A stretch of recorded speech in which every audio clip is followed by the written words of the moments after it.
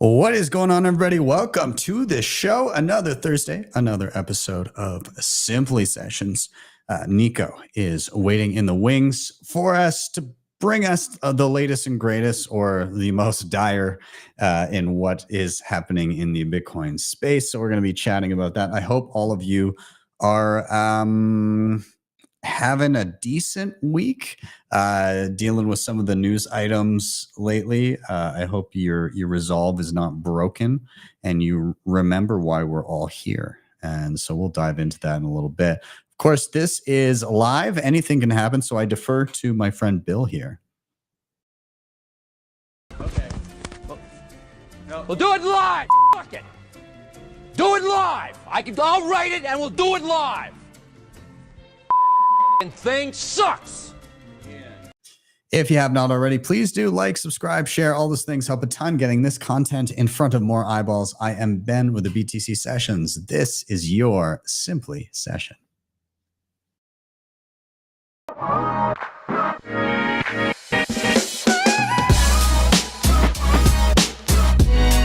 HODL the Bitcoin.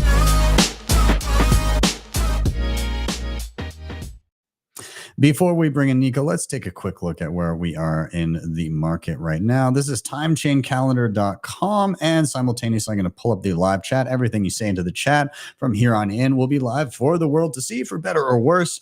Time Change Calendar, we're sitting at $64,724 per coin. A single US dollar will snag you 1,545 sats. In terms of fees, holy hell, thank God we're seeing double digits. We're down 45 sats per byte next block, 16 sats per byte anytime. That certainly beats the quadruple digits that we saw during the halving over this past weekend. 200 and something odd dollars to get a transaction through if you were at the wrong time, and that was kind of base. Yes, so hopefully you had thought ahead and utilized some of the tools out there. Peruse the channel for some tutorials on how to mitigate fees with that. In terms of Bitcoin mined, 19.69 million of them. That's 93.76% of the total supply. Let's take a quick word from our sponsors, and then we will dive into the show.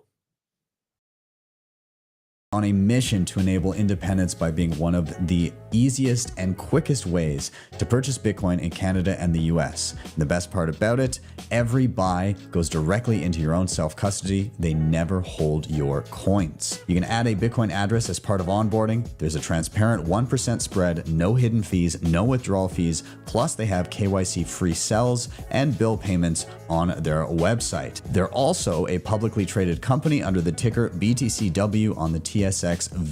Check them out over at bitcoinwell.com. Check out my full tutorial on how to use them, and you can check out the links in the show notes down below and sign up today. NUNCHUK.com has some of the best hardware on the market today to secure your Bitcoin. The Cold Card Q is an absolute powerhouse and is my daily driver. And on top of this, they have plenty of other goodies, including the Mark IV, the Tap Signer, Open Dimes, the Block Clock, and much more. If you head over to their website, make sure you use code BTC Sessions at checkout to get a nice discount. Links are in the show notes down below. When it comes to assisted multisig and inheritance planning, it's hard to beat NUNCHUK.io and their Honey Badger program. On your mobile device, they allow you to set up a full multi-signature vault. And once it's done, you have baked in inheritance planning so that your Bitcoin gets to your next of kin if anything should happen to you. On top of this, the entire thing can be set up with devices like the Tap Signer, the Cold Card, and plenty more options. And the whole thing can be done without KYC. You don't need to give up your personal information to have it set up and working for you. You can check them out today over at nunchuk.io.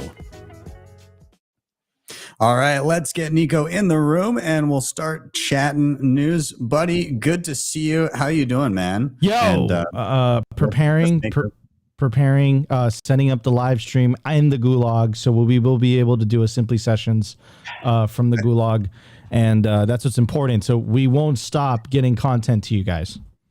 Yeah. Do you have a bunk there for me? I feel like I need to be moving in pretty quick. Yeah, absolutely. I got you the top bunk, and then I got the guards to be okay with like this small little streaming setup. Okay. So we're good to go. Yeah. Sounds pretty sophisticated. Yeah, we're sophisticated psychopaths. Dude, this week has thrown me for a loop. This is I do Why Are We Bullish every Friday, and sometimes there's weeks where it's just you got to find that silver lining, and I think it's important to have those things. And that I ran Why Are We Bullish through the entire bear market, and stayed bullish. But there's certain weeks where, regardless of price action, there's definitely concerning things, and that's some of the stuff that we've been seeing this week. So, either way, I'll let you dive into what is top of mind for you, but we'll get started, and you can take us on a journey wherever you like. Yeah, and I think that's an incredibly important point, right? To stay optimistic throughout all this, and I think the key here is we are winning. If this wouldn't be happening if we weren't winning this, they wouldn't care. All right. The fact that they care so much the way they do, tells me that they see Bitcoin, they see what Bitcoin represents and what it enables as a clear and present danger to, their system. And that's really why I kind of wanted to start it off with American HODL's, opening dialogue to the cheat code event that Peter McCormack hosted. Because he absolutely crushed it. And I think it's important, as we enter the second part of the cycle, right? And, we start seeing that crazy number go up, technology do its thing. It's important to remember why we are here, right? It's like, okay, came for the wealth, but what did we stay for? We stayed for the revolution. We stayed to avoid things like this, right? And it's kind of like a joke, but at the same time, there's a little bit of truth in it. Anyways, let's check it out. That's the sort of conviction that I have about this thing, is that it really is all or nothing. I am all in on Bitcoin. I'm 100% in, net worth invested. I don't have another way out. I don't have a backup plan, And the more conviction I find and the more I go in, seemingly the better my life gets, right? The systems that we find ourselves ensnared in today, this invisible slave system, whose only justification for existence is to steal our time. I think we know that, right? Like that all of our politicians are basically stealing everything that isn't nailed down. Doesn't matter if you're in the UK or in America. It's happening everywhere. It's a global phenomenon. It's a global phenomenon because of fiat currency, by the way. But it only ends when we have the ability to fight back, and Bitcoin has given us that ability. Basically, they encroach and we relent. So they encroach further and we relent further. And we keep giving up our freedoms. For what? What are we getting for it? And meanwhile, most of us are hand-waving it away, saying it's not happening.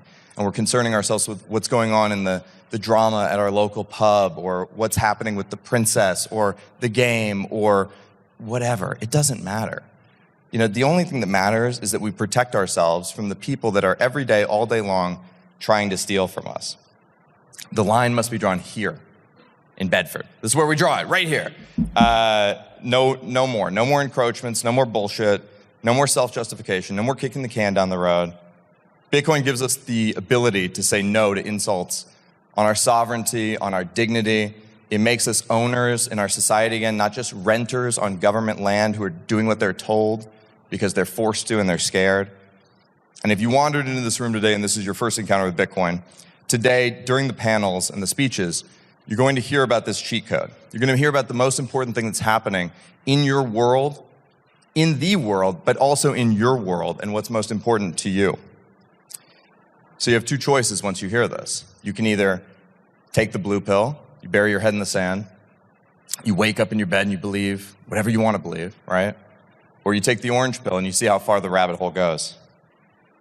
My call to you is that I dare you to make the bold choice, to seek a meaningful and substantial life, to resist nihilism, to believe that your life can be more, to pass something on to the next generation, to pass something of great importance forward in the blockchain of humanity. I dare you to play your role in the greatest story of our lifetimes, the monetization of Bitcoin. Thank you. So starting it off hot, man, giving me chills, but I think it kind of sets the tone and the vibe for today's episode, which I'm going to go on record and say this. Maybe it's bold. I think this is going to be one of the most important episodes, one of the most important Simply sessions we've done, just because of the historical context and just the overall picture of what's going on. Ben? Yeah. I mean, I think, again, everybody here that's in Bitcoin needs to remember why Bitcoin was important in the first place and how it came to be, right? Satoshi didn't create it in an overt way and then reveal his identity and come to the masses and come to the powers that be and say, hey, I'm making something that's going to compete with the US dollar and every other fiat currency out there. Is this okay? No, he made something, he made a system, silently kind of released it to the world and didn't ask permission.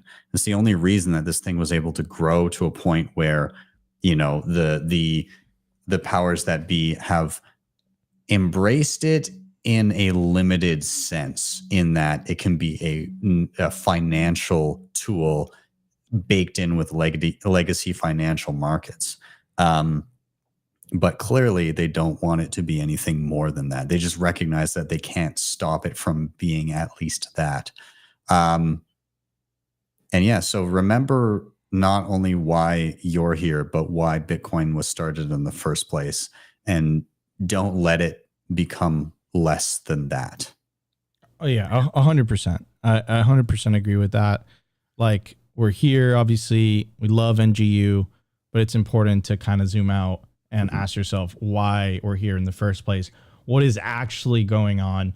And then when you're aware of what is actually going on, I think you have an ability to kind of zoom out and look at the bigger picture. Anyways, you guys know that I love reading passages from the Sovereign Individual. I'm not going to bore you reading you the same one that I always do, but this is a new one. And shout out to Michael Ruiz. So I think he's currently living in El Salvador. I think it's really kind of a representation of where we are in the movie, what's going on. But anyways, it goes on to say the rise of the sovereign individual will not be wholly welcomed as a promising new phase of history, even among those who benefit from it most. And many will despise innovations that undermine the territorial nation state. And undermine the territory. It is a fact of human nature that radical change of any kind is almost always seen as a dramatic turn for the worst. What may someday be seen as a new renaissance from the perspective of the new millennium will look frightening to tired 20th century eyes. There is a high probability that some who are offended by the new ways, as well as many who are disadvantaged by them, will react unpleasantly. Their nostalgia for compulsion will probably turn violent. Get ready to duck. You must understand and prepare for such unpleasantness. A transition crisis lies ahead. The new information and communication technologies are more subversive of the modern state than any political threat to its predominance since Columbus sailed. This is important because those in power have seldom reacted peacefully to the developments that undermine their authority. They are not likely to now. So why are we saying all of this? Why are we talking about this? Well, before I get to the, actually, let's start with the Samourai news first. Severe escalation. This really started with the Tornado Cash. The Tornado Cash set a precedent. It normalized it in the eyes of many people. The U.S. government won many cases. Coin Center appealed. The U.S. government won that case. And Tornado Cash was something really not that well known, right? So they didn't go after a big fish initially. They went after a very small fish.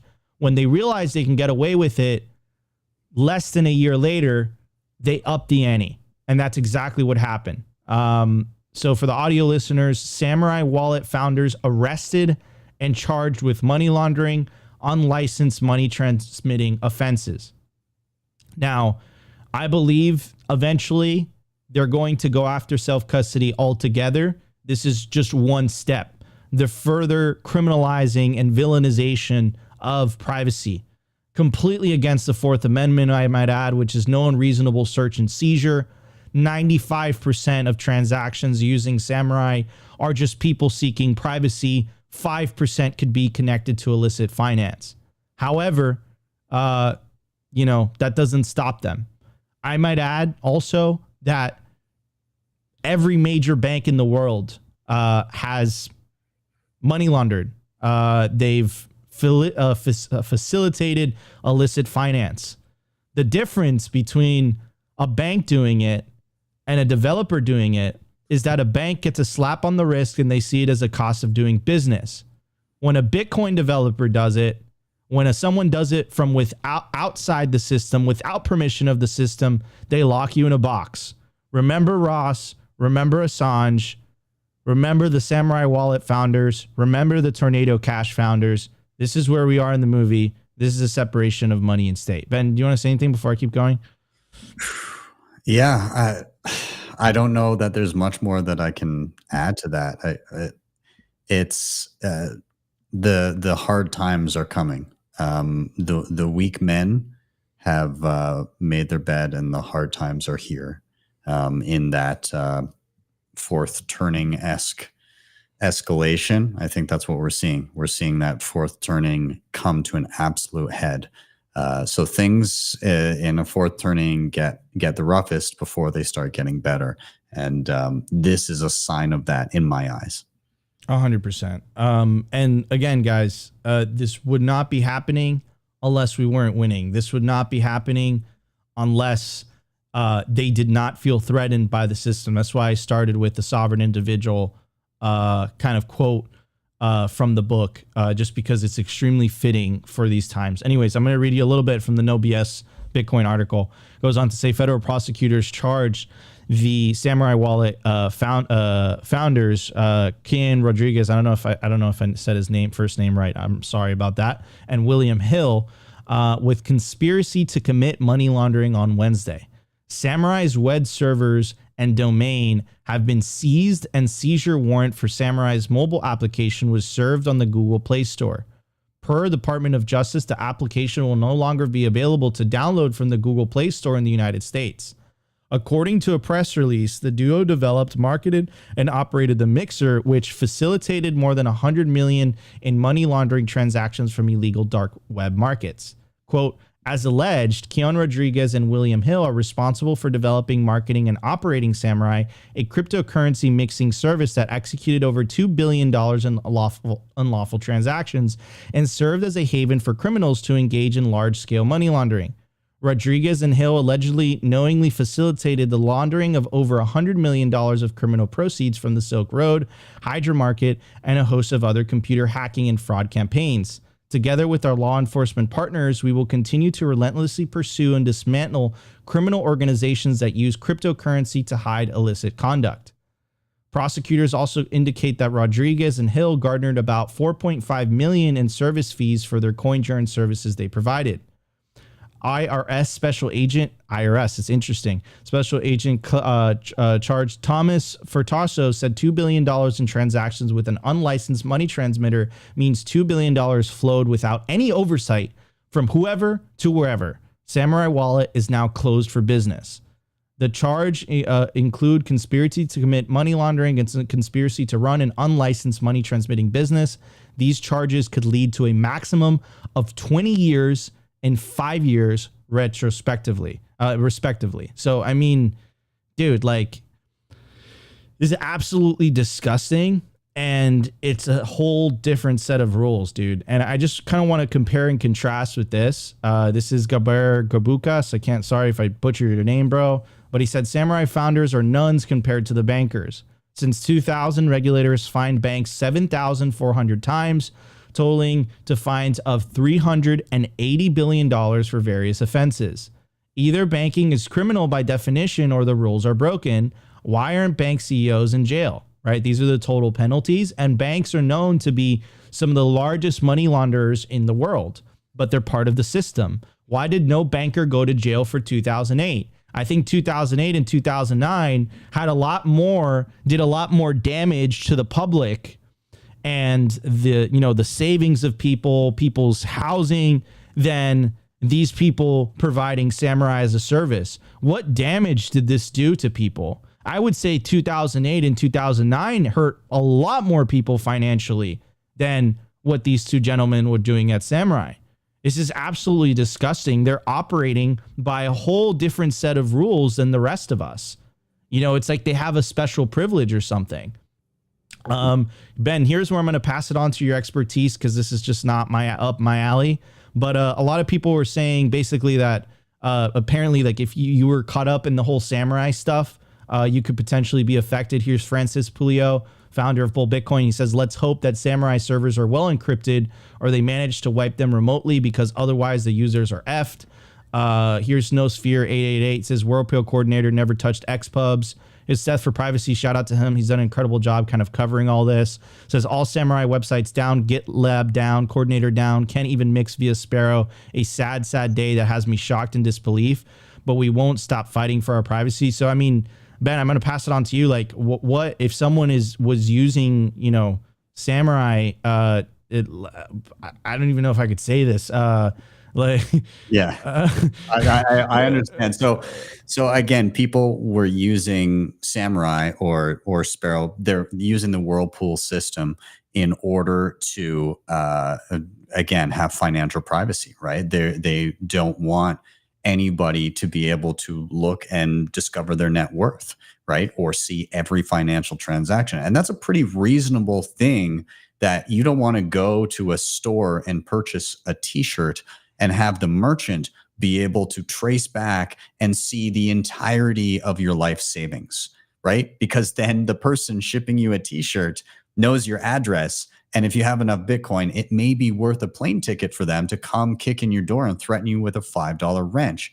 And so what are the implications of somebody that has been using Samourai? So this is pretty nuanced, and I may not have a perfect explanation here, but in the process of coordinating coin joins, which is effectively a coin join is you sending your own money to yourself, but doing it collaboratively with a number of other people. So in the Whirlpool coin joins, there'd be 5 people. They would all send funds to themselves. They never lose custody of their own coins, but because they do it at the same time as other people in a collaborative transaction, there's no indication, there's no pure cut and dry finger pointing way of proving that one person is holding which UTXO on the other side of the transaction.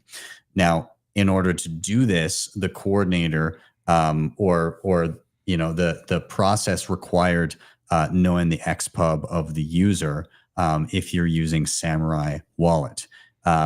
The way around this was if you were running your own Ronin Dojo or running your own Samourai coordinator in the background, the Whirlpool GUI, or Sparrow also did not leak that information, but the mobile Samourai client did if you weren't linked to your own Samourai Whirlpool client.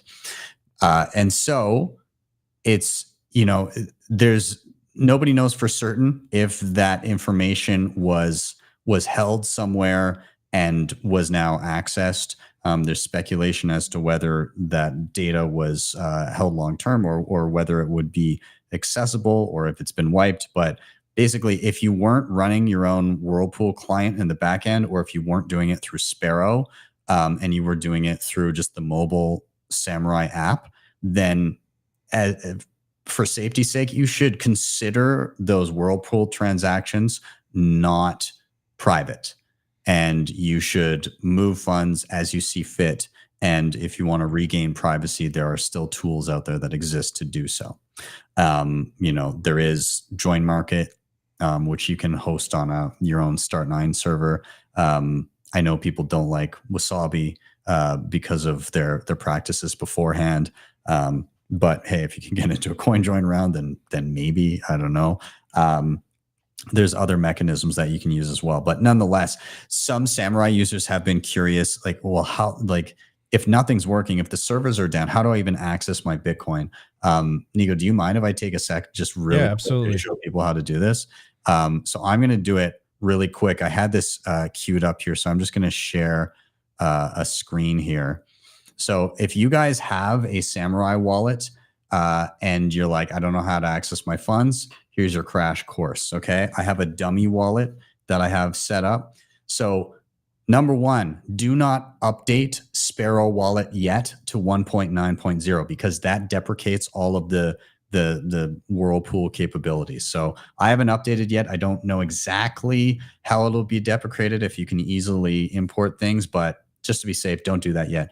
Go from the main screen, go import wallet or just say file and hit import wallet. You're then going to use your words. You're going to hit, Samourai was always 12 words. Forgive, this is going to take just a second here, but I really want to show, and again, this is a dummy wallet. I'm not super worried about it, but cabin, stake, panel, uphold, tedious, that's okay. Head, traffic, source, skirt, crater, source, skirt, crater, fiscal, gospel, mimic, fiscal, gospel, mimic. Okay, so that is a valid checksum. I'm going to, most of them do have passphrases associated with them. This one was no exception. So, and what I'm going to do is I'm going to do that off on the other screen just for a second. Give me a moment, gents. And then you hit the Discover Wallet button, which it is doing right now. It does like a little check for it, and then it'll find a wallet, give it a name, hit Create Wallet.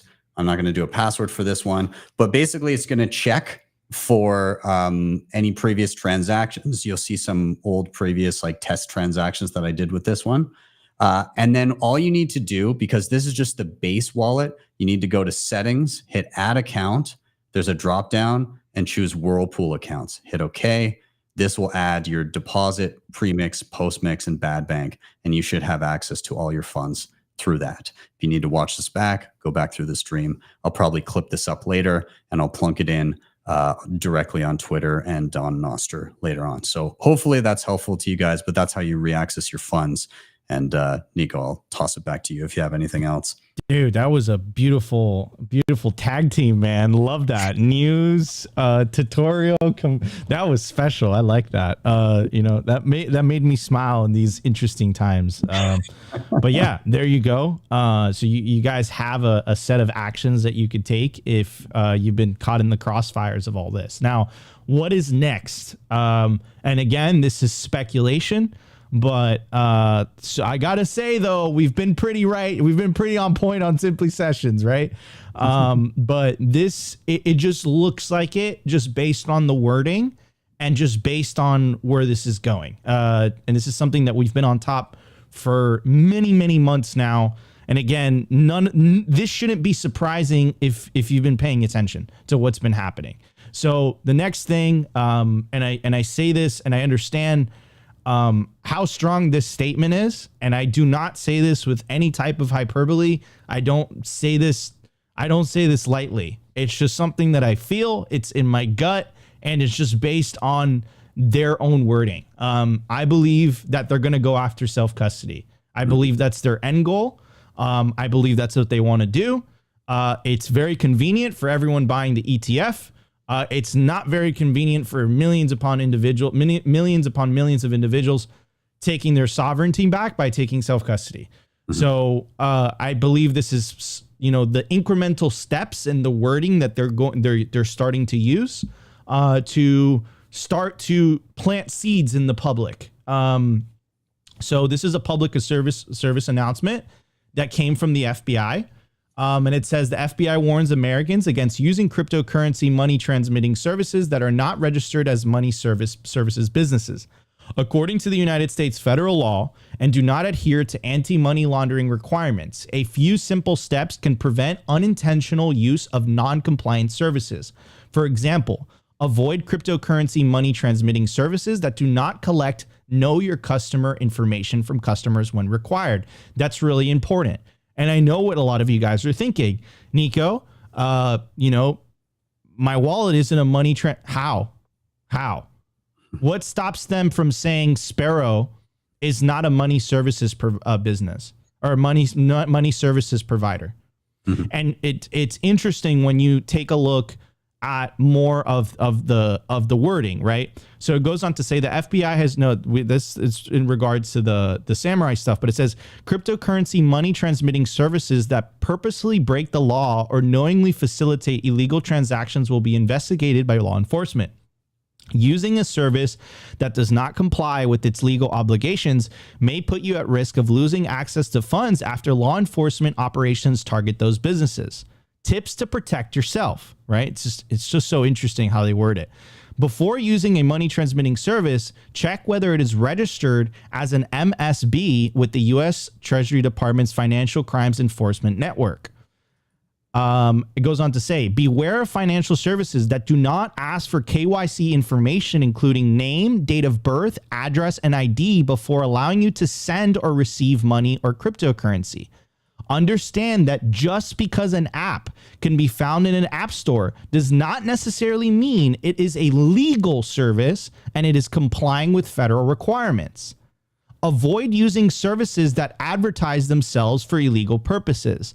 Be cautious when using cryptocurrency services known to be used by criminals to launder their funds. I mean, like, how long until they say Bitcoin Core, you know, is being used by criminals to launder funds, right? Like, do you understand what they're doing with the wording? And again, you'd be like, Nico, you're seeing shit. What are you talking about? Here's Dylan LeClaire. And all of this happened on the same day, I might add. Like, this all happened all at once. The FBI released the Samourai news. SEC served consensus with a Wells notice and alleged MetaMask is operating as an unlicensed broker-dealer. Dylan LeClaire says MetaMask is a self-custodial wallet. He goes on to say, it's only for shitcoins is exactly what was said when they arrested the developers of Tornado Cash. They're coming for self-custody. Remember Tornado Cash? We warned you guys when that happened. We said they're going to set a precedent. Why did they focus on Tornado Cash? Because no one cared about it. It was very small. They couldn't start with Samourai. They couldn't go after the big fish first. They had to set the precedent. They won the cases. They won the appeals by Coin Center. They won the lawsuits. And then they went after the big fish, coincidentally, after the ETFs have been approved. And you guys want to see something else interesting?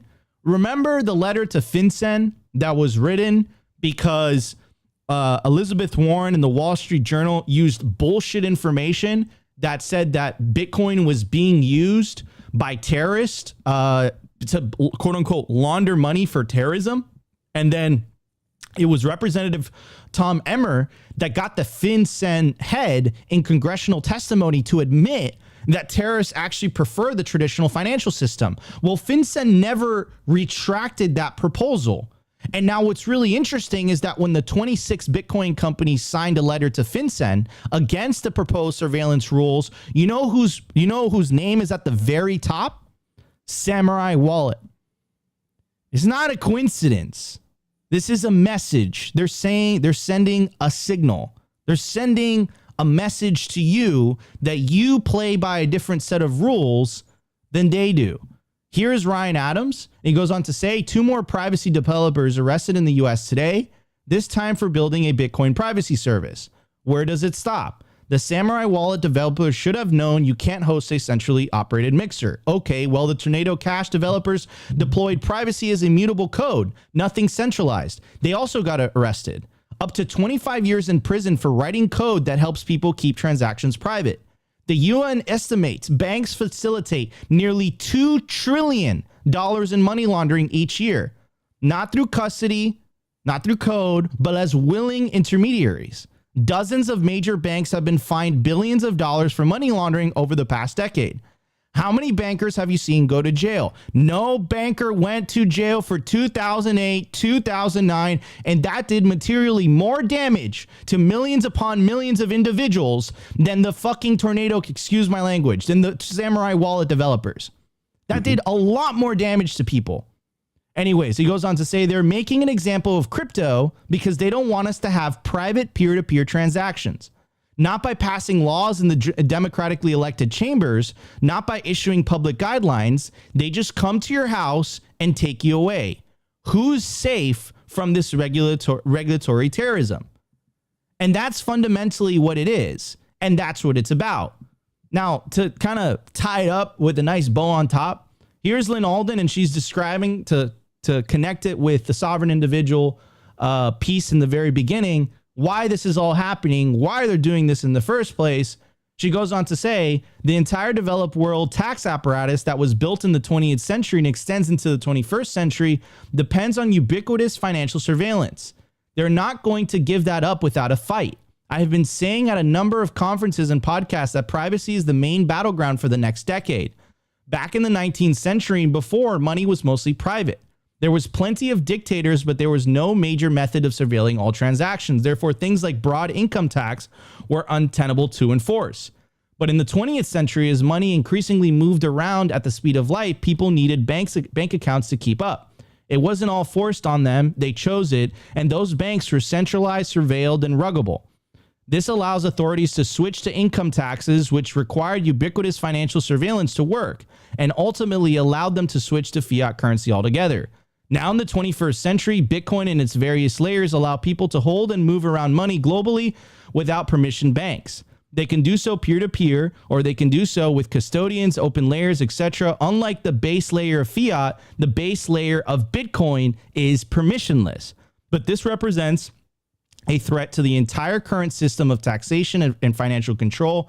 If Bitcoin, and particularly various private methods of on top of it, were to be adopted at a massive scale, the entire tax structure and other things would need to reshape themselves around that reality. And so they won't make it easy. They will try to criminalize financial privacy as much as possible while the network is still pretty small. The only solutions are to make privacy tech so ubiquitous that it can't be isolated and can spread organically in a distributed way, to apply legal pressure when possible so that governments sort of have to operate within the bounds of their own law, like the First and Fourth Amendment, even though they're completely ignoring that. But I think Lynn absolutely hit a nail on the head, you know, and can I kind of connect this with the passage from the sovereign individual, and it explains what's happening right now. So that this argument that it's for your protection, like these words from the FBI, tips to protect yourself, dude, I'm protecting myself from the ravages of inflation, my bro. That's what I'm doing, you know? So like, it's just crazy, hypocritical, different set of rules for different players. But again, you know, why are we bullish? I'm bullish because this tells me that we're winning. I'm bullish because this tells me that we're over the target. And Flack is heaviest over the target. Yeah. Yeah, I agree. Again, like these increased attacks, again, as you said early in the episode, they just denote that there's actually something to worry about, and that the powers that be are recognizing it. And so, I mean, what's the end game here? They want to extract as much money from you as possible. They want to have as much control over your life as possible. I just want to, there's something I want to bring up, and I know that, I mean, I kind of feel like this is the thing to talk about today, and this is just what we're going to focus on. But I want to bring up one thing. I'm going to, again, bring up my screen here. So I don't know if I'm spoiled, and we're running long anyways, so I'm just going to go into it. But Biden proposes 44.6% capital gains tax, the highest in history. The proposal also includes a 25% tax on unrealized gains for high net worth individuals. And I shared this and said, the first income tax in America was a flat 3% tax, and it was marketed as only being applied to high net worth individuals. Make no mistake, they intend to apply this to everyone, eventually excluding themselves, of course, because they'll always have loopholes. And this kind of ties into where everything is going. People are seeing the cracks in the system. People are seeing that they're getting screwed, that they're effectively, to paraphrase Robert Breedlove, if 50% of your income goes to the government, you are working for free 50% of the time directly for the government, which means you're 50% slave, because 100% slave means you work 100% of the time for somebody else. 50%, 50%. This is a great tweet from Joey from Canadian Bitcoiners podcast, but he said, the whole don't use any Bitcoin services bit from the US government is indicative of a few things. Number one, no matter how they posture and shriek, Bitcoin is money. Also, there's a need to stop people from profiting on Bitcoin unfairly. Only insider trading by elected officials is allowed. ATMs are going to be banned probably soon. There will be an attempt to collect unrealized gains on Bitcoin. And maybe most importantly, in advance of the greatest, most obvious, and most damaging debasement event ever, likely coming inside of 5 years, all exits need to be tracked, blocked, criminalized, or there will be an incredibly obvious stratification between those who understand/understood and need to be listened to going forward. The regime relies more on narrative than on any other tool, and it's getting harder and harder to convince people not to believe their lying eyes. Incredible tweet from Joey. If you don't follow him, please do. Canadian Bitcoiners podcast. But yeah, man, this is where we're at. This is what's coming. I'm sure you would echo that. Yeah, 100%. And you know, you put it so beautifully in those both two things to kind of, you know, echo basically the general theme of this episode, which I'm saying it again. Like, I think this is one of the most important Simply Sessions episode that we've done on a historical basis because of really what's at stake. You know, what's the road in front of us during this transition, right? You know, what future do we want our children to live in? A future of slavery or a future of Bitcoin? And are we really going to allow them to tell us that somehow writing down 12 words is a danger to society? Because that's what they're going to try to convince people of, that software code is somehow a weapon. And, you know, what Joey so beautifully put, and it's something that Nayib Bukele has said as well, that their most important weapon is their control on the truth. So how do we fight against that? We tell the truth. We tell people what's going on. We bring people together rather than divide them on the whole left and right BS. And we tell them, like, hey, look, it's not Democrat, it's not Republican, it's not conservative, it's not liberal. It's really Bitcoin or fiat. You know, like, what side are you on? What future do you want your children to be living in? And I'll tell you what, guys, I think 99% of people, right, and the 1% that are not included in this are probably part of the political establishment. They have a lot more in common than they have divisions. I think the divisions is more of like this divide and conquer illusion that they use to keep people divided and believing in this system of theft, because essentially that's what it is, you know? So things are getting a little bit heated. This is the separation of money and state after all, but I think we're going to win at the end. So that's why I'm bullish. I know it's Thursday, but I love it, man. I love it. Yes. Everything in the end is good for Bitcoin, just not necessarily good for some Bitcoiners, but those that remain will make this thing stronger and find new solutions that become resilient to the types of attacks that we see. So looking forward to that. Dude, thank you. Absolutely. Don't want to keep you more. It's a long show today, but it was a very important topic. All right, guys, this was your Simply Sessions. Nico out. I'll see you next week, man. Later, buddy. Everybody stick around. We're going to quickly go through the tech updates here as well. Some important stuff to touch on, of course, not least of which Sparrow version 1.9.0. If you were running your Samourai wallet beforehand and you want to recover it, don't update to this yet because it deprecates a lot of the functionality for the multiple accounts. Otherwise, it's going to be a bit more of a manual process and you'll have to learn the derivation paths of the Samourai wallets. Much easier to go back, scrub back through the episode where I showed exactly how to do it. I'll clip that down. I'll share it to Twitter after this and to Nostr after this. But nonetheless, before you upgrade, go through and recover anything that was in Samourai very easily with Sparrow. Moving on, Primal introduces top zaps to all of its Nostr clients. So it will prioritize the top zaps and show all of the different it will show all of the different little messages with them. That's really cool.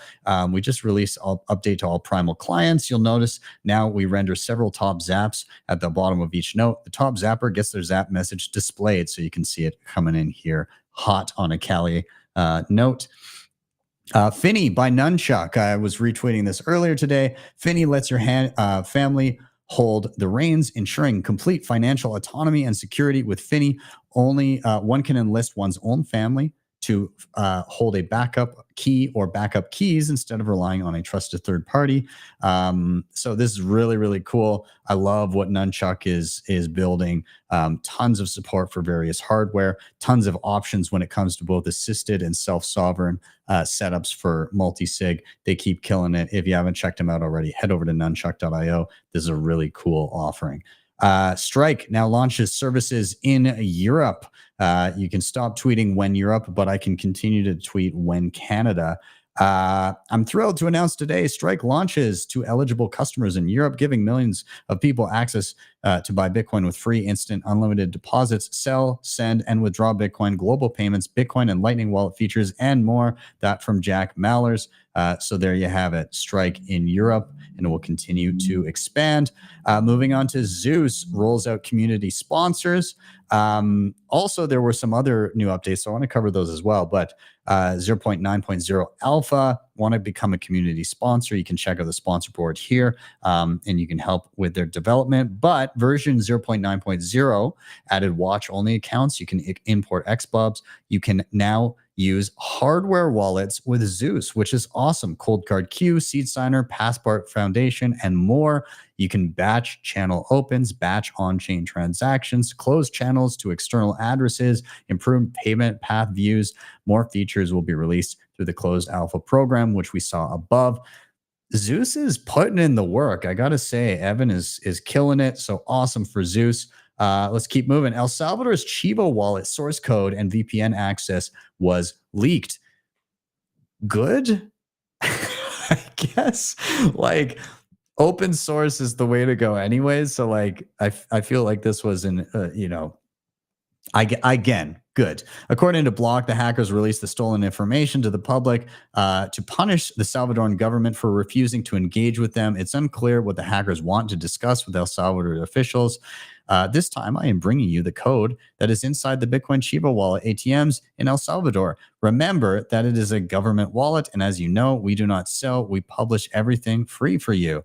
And this from whoever the cyber intelligentsia SV said in a post. The files reportedly contain snippets of the wallet's code and VPN credentials associated with Chivo Wallet's ATM network. The group recently disclosed the personal data of approximately 5.1 million Salvadorans in a separate exploit. See, that's super shitty. The doxing stuff is shitty.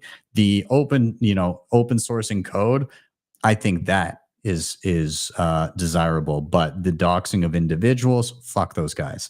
Okay, moving on. Blockstream Green desktop version 2.0.4 passphrase login and more. So they've added BIP39 passphrase logins, external BIP21 payment support, and support for message signing with software wallets and more. That's cool.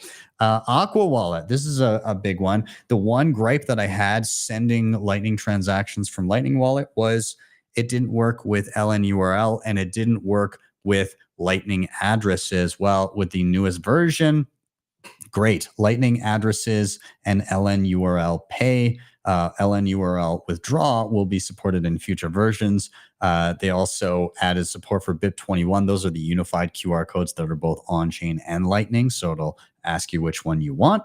Also added automatic refund and claim transactions to submarine swaps using native Rust library. USDT is still a default asset, but is removable in settings. So if you don't use Tether, you can take that away from your main screen. Improved wallet restore workflow. Added support for Aqua to Aqua Lightning payments. So if you tried to pay another Aqua user via Lightning, it would give you a bit of an error because in the back end it was using bolts. So you were like kind of paying bolts through bolts.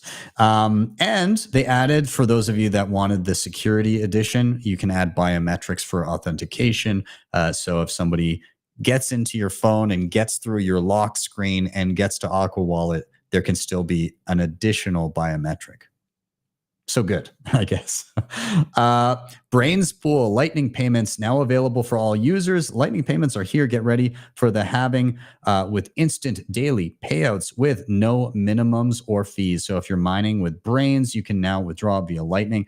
This is super desirable for those of you maybe just running little space heaters and things like that at home. Hey, now you can get little trickles of sats, and you don't have to wait for those larger thresholds for on-chain transactions. And then finally, tomorrow, keep an eye out. I will be dropping a tutorial in the realm of privacy in and around Fedi, the Fedi app, Fedimints. This is with trade-offs, instant, free, and near perfectly private Bitcoin transactions. Again, with trade-offs. You have to watch the video to kind of get more in depth in that. But if you're curious, go ahead, head over to fedi.xyz/builders, and they have all the links for the apps, or you can just search Fedi within your app store, download it, or install the APK file from the website. Either way, I'll be touching on that a bunch more. Very interesting for community custody and for better privacy and for day-to-day cash transactions with spending money. And with that, we're going to start to round out the show. I also did want to throw one thing out there. As of last Friday, we announced we officially launched my new company with my co-founder, Mike. And we are launching Bitcoin Mentor. So this is a company that I think is important, and it is for those of you or people that you know that perhaps they're going through the tutorials, everything's hunky-dory, but you kind of hit a wall and you need a little bit more one-on-one help with your learning journey. Well, I've been doing this one-on-one with people for quite some time, but there are only so many hours in the day, and it's honestly gotten to the point where I don't have additional time to do more. And so the solution for me was to aggregate a team of mentors that I've personally vetted and personally trained. And we're putting together basically various learning tracks in ways that you can book either a la carte sessions or that you can book actual full learning tracks that lead you towards being a self-sovereign Bitcoiner or towards using an assisted multi-sig setup with NUNCHUK as a backend. There's a whole bunch of different things. And of course, we're going to cover plenty of other options. I'm very happy. The people and the team that we put together, I think, are absolutely killer. And again, we're going to cover all tons of things: wallet configuration, storage solutions, collaborative custody, in legacy and inheritance planning, nodes, mining, privacy, layer twos, all kinds of stuff. So if you or anybody else, is in danger of taking a custodied option like an ETF, and you don't want them to get rugged, and you say that you can do self-custody, you can always send them our way, and our team will make sure that they are self-sovereign as possible. So that's just over at bitcoinmentor.io. I linked that in the show notes down below, and feel free to share that. I also pinned it on my Twitter profile, and I'm going to integrate it with my website as well, btcsessions.ca. So anyways, you're going to be seeing more of that. I'm going to also start having some of the mentors on the show so that you guys can get familiar with them, because they're really awesome people. They're really amazing teachers, and I'm very happy to be working with all of these individuals. Just incredible educators out there that were just kind of like hiding in the wings, waiting to be discovered. And side note, I'll say that we had 350 applicants. We're launching with 16. So we really whittled it down. So they're super awesome. If you can give that a share and make people aware, that would be amazing. This is a new venture for me, and I'm just very excited to try to scale Bitcoin education as best I can, and hopefully be able to bestow some of the stuff that I do upon many more people than I would be able to reach as an individual. So anyways, guys, thank you for helping me with that and being so supportive all along the way. With that, I'm going to round out everybody in the chat. Thank you for being here. Again, Lightning Goats, I got to give you a shout out. I love seeing you in the notifications now. Shifu, Alejandro, Contagion, everybody that's in there. Sean, again, everybody, good to see you. Thank you for being here, Diana, Narwhal. It's always great to see you guys and see your comments throughout the show. Really, really appreciate it. Anyways, gonna round out. I'm getting rambly here. So have a wonderful day or evening. Of course, like, subscribe, share, all those things important. Sponsors are down below. With that, I'm out. I'll see you guys next time for your daily session.